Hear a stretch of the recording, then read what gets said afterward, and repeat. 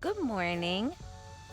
I would like to say happy birthday to my brother. Today is July 21st, and it is his birthday. 2 years ago today, he was rescuing me from a hospital in St. Martin. I'd been put off a cruise ship because my appendix had burst, and he came to that hospital and got me out, and he's such a great brother. So happy birthday to him. I want to talk about grace. God said, "My grace is sufficient for you."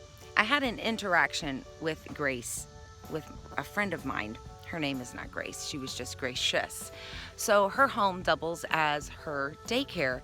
And she took me through it, and I was so impressed. Everything about it was just truly just beautiful. I loved her entrance. I loved her toys. I loved how she has everything set up. I loved her entertainment area, her play area. Everything she's done, I was just so proud of it. I loved it so much. And she was such a great host. She served me snacks and drink, and she was so complimentary. She was just a great host. As I'm walking through this daycare, I see a sign, and I'm like, "Oh, Marlo, I'm so sorry."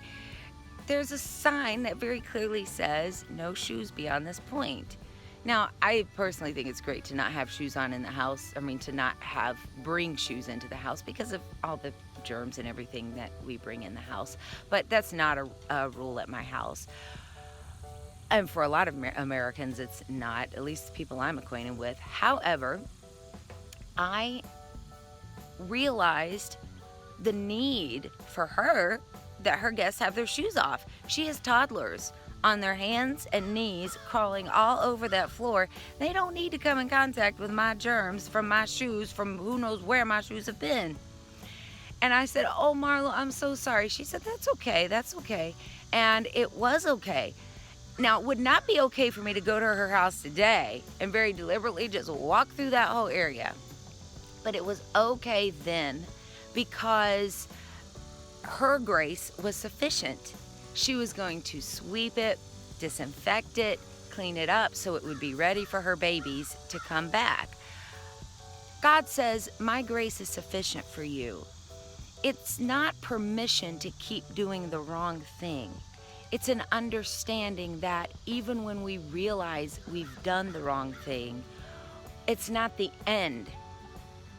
That we realize, "Oh my goodness, God dislikes this. God's displeased with this." God's grace being sufficient doesn't mean we can keep doing that.